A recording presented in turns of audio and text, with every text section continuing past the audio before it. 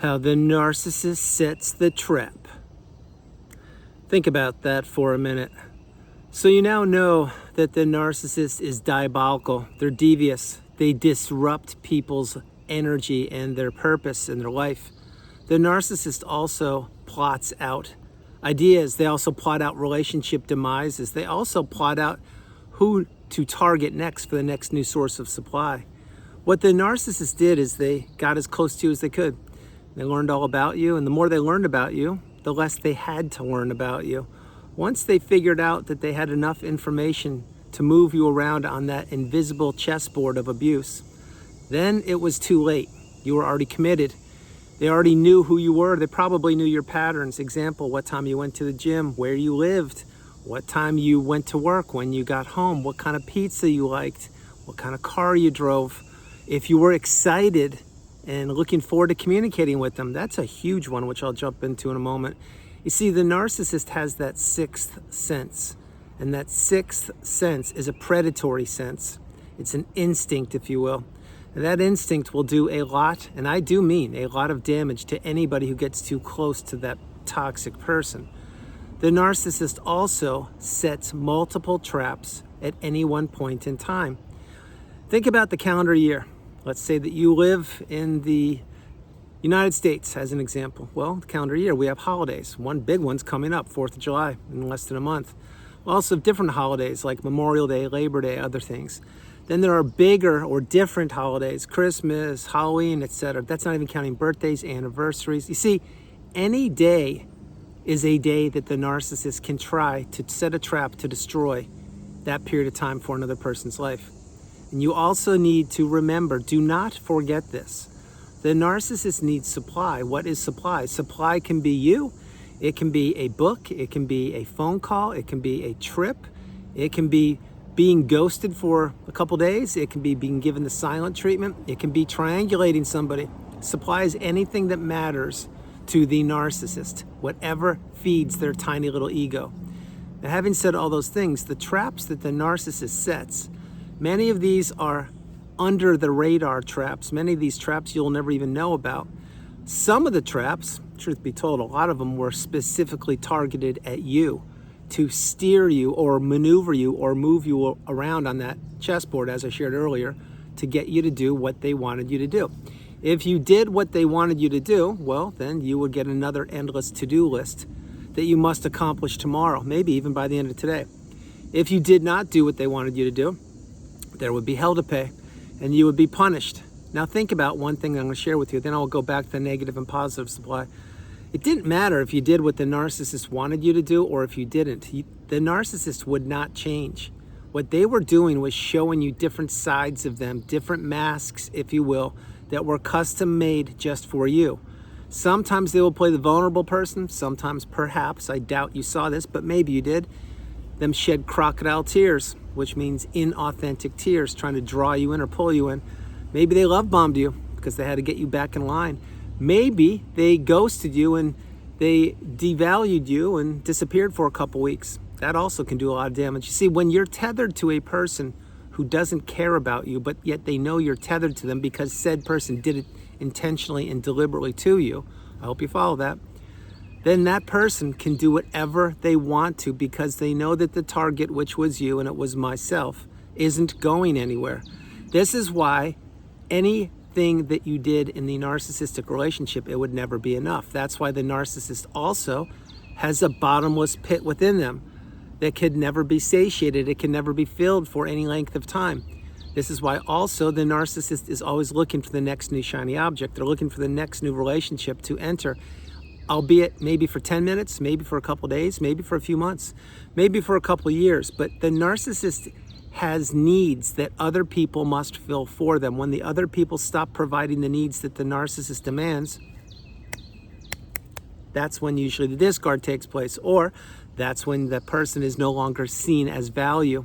And that's when the narcissist will say things like these to people. And I heard this at a famous lunch meeting years ago on a Friday. Actually, today's Friday. It was probably 7 or 8 years ago today. It was this: "You are dead to me, Andrew." I'll say it again. "You're dead to me, Andrew." Now, the person who said that probably is watching the videos that I create. And You are a toxic narcissist and you know who you are. But having said that, nobody in the right mind would say you are dead to me to another human being. And again, I shared this in videos over the years. When I heard that, I was laughing because I was naive. I was broken. I was vulnerable. I didn't know about narcissism. So I just looked at the person and chuckled and laughed and said, yeah, that's funny. Well, now I know it's not funny because that person was discarding me right there during a lunch on Friday. And that's just one of multiple narcissists I had swarming around me way back when.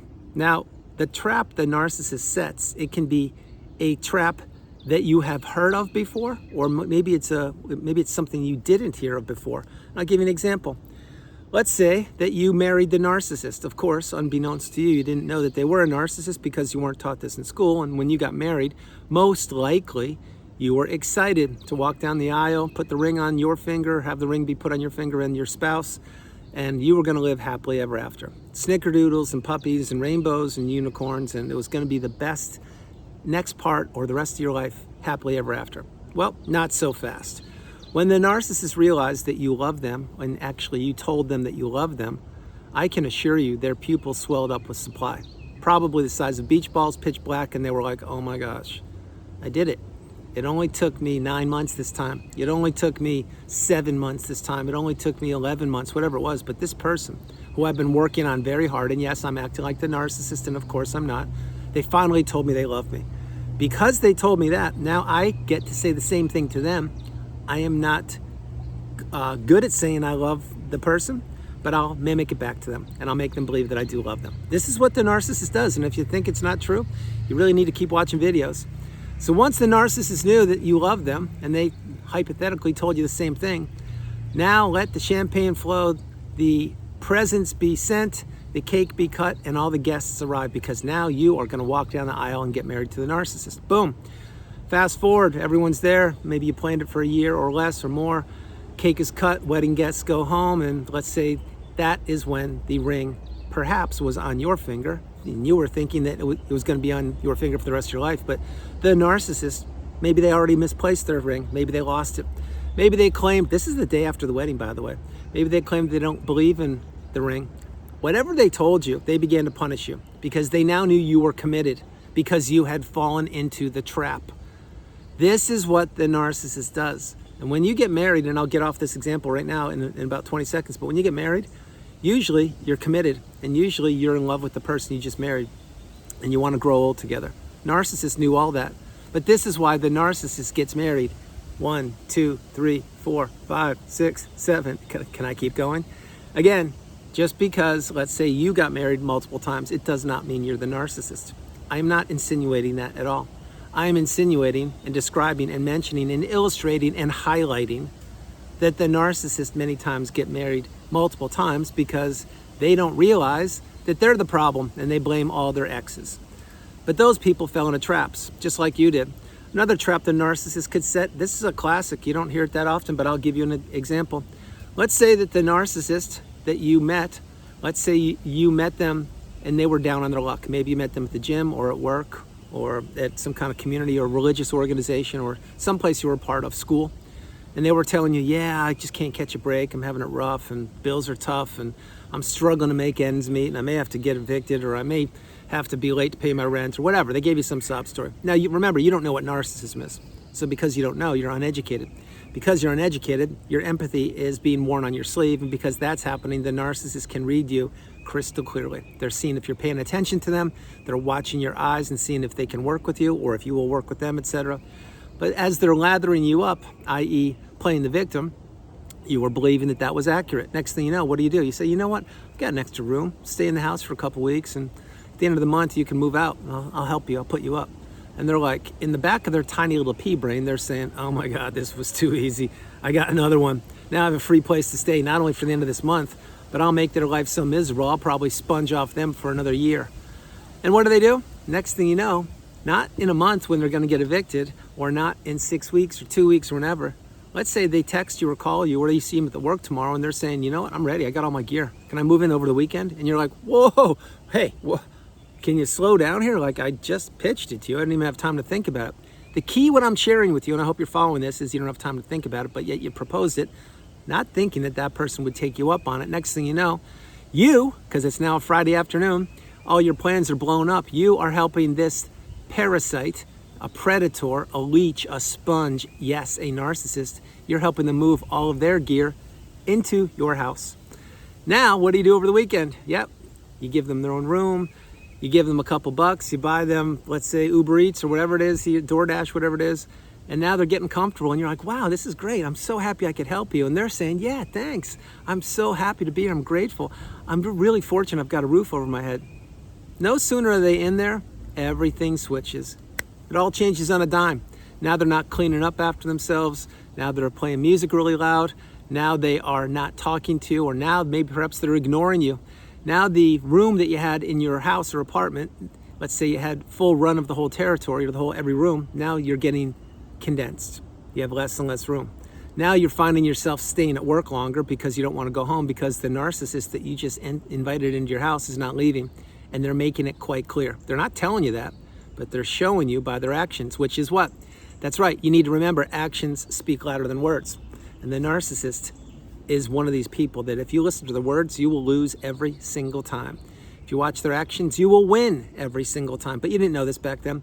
Next thing you know, the month is up with this example, and your roommate, who you were trying to help out, but now they're considering themselves a roommate, they're like, just give me another 2 months. I think I'll be okay. I'm fast forwarding. The 2 months turns into 4, 6. Now you two aren't talking. Now they're not paying their share of anything. Now they're not cleaning. Now they took your parking space. Now you're not going home. Your whole energy has just been stolen. And you're asking yourself, as you're scratching your head in the mess hall or the food hall of your company after everyone's gone home, but you're sitting there with the janitor or the cleaning person, no disrespect, and you're saying, how can I not even go home? How did I get here? And how you got there is you didn't know about narcissism, but they did, and you, yes, you fell into a trap. I could give you hundreds of illustrations of how these traps are laid and how people fall into them each and every day. The point of this video, and those 2 traps I shared with you, and most likely you fell into one of them, or you know someone who fell into one of them. Most likely, that's how you encountered the narcissist. But anyway you cut it, this is what the narcissist does. They want to get as close to people as they can, learn all about them, steal right out underneath them, and then punish them for being themselves. So I'll finish that last example. And even though I told you a moment ago I was going to finish it, I'll finish it again. Let's say now it's the end of your lease is going to be up, and that parasite who's turned into a roommate now, and they're not paying a dime, your old work friend, now they're saying, you know what, I'm going to stay here longer, but if you really want me to leave, give me $3,000, $4,000, $5,000, and I think I could be out in 2 months. Now, this is when the narcissist is literally removing the mask from their face. Who in their right mind would have enough nerve or gall or audacity to ask a person who has been putting them up for, let's say, a year, to ask them to give them $5,000 to get out of their life? A narcissist. Do you see what I'm saying here? No good deed goes unpunished. The narcissist will continue to sting, to bite, to trick, to trap, to manipulate, to blame, and to take zero responsibility for what they've done. That's why you need to use your discernment, and that's why you need to understand you're different than most people. Once you were trapped in the narcissistic abusive cycle, and not only did you not know that it existed, but you didn't know that there was a way out. Once you got out, you healed, or you're healing, and as you heal, you get stronger. As you get stronger, you get more and more clarity in your mind. The clearer your mind gets, the weaker the narcissist gets, the weaker they get, the stronger your boundaries get, the stronger your boundaries get, the more you realize what another human being is capable of. And you need to remember, on this planet, we have many people, and I do mean with a capital M-A-N-Y, many people who are claiming they are somebody and they are not that person. It's not just the narcissist. There are a lot of people like that, an awful lot of people like that, which means this: you need to control what you can control. You need to continue to stay in the present moment. You need to heal from the past, not predict the future, and take those lifelong learning lessons and apply them to present day. You see, when you were hoodwinked, tricked, trapped, manipulated, blamed, and spun around in that washing machine of abuse, you didn't know what was going on. Now you do. Now you need to go no contact and block that person, delete them, remove them, and all flying monkeys, and get them out of your life as soon as you possibly can, because the traps were set all around you. You fell into one. You probably fell into multiple. I will tell you one thing. I fell into dozens of narcissistic traps throughout my whole life that I can actually recall. The major trap from the apex predator was the one that I walked down the aisle with, and that rocked my world and almost took me down for the count. but I'm here and I continue to create content to pay it forward, to help you out, to help you get answers to questions that you may have, you do have, or you haven't even thought of yet, because the narcissist will never give you closure. They will never, ever want you to see behind the mask or heal, and they will never be responsible or take accountability for what they had done to you or anybody. So everyone, that's the video. I hope you liked it. I loved doing it from the beautiful Carolinas. This is Andrew. Namaste. Have a great afternoon, evening, or morning. No matter where you are on the planet, you are not alone. I love you all, and I'll talk with you tomorrow. Couple quick things. One, you need to remember that the summer is here. You need to be patient with yourself, kind with yourself. If you can do it, you need to move your body. Make sure you're hydrating. Make sure you are eating properly. Avoid toxicity. Do not consume any content on social media, on TV, on movies, or etc. that does not add value to your life. And understand, if you are where you want to be, fantastic work. Stay where you are. If you are not where you want to be, that means there's work to be done. You need to believe in yourself the way I believe in you, and you need to continue to go through the darkness. You need to continue to go through the tunnel and see the light at the end of the tunnel. The more you continue to go through the tunnel, the more bright the light will get, and eventually you won't go through the tunnel, and you will arrive at a place that is called the mountaintop of indifference, the pinnacle of indifference, and I will give you a huge virtual hug, as will so many of the hundreds of millions, billions, truthfully, who have broken the narcissistic abusive cycle, or who are healing and understanding what toxicity is all about. I love you all, and I'll talk with you tomorrow. Bye, everybody. Bye.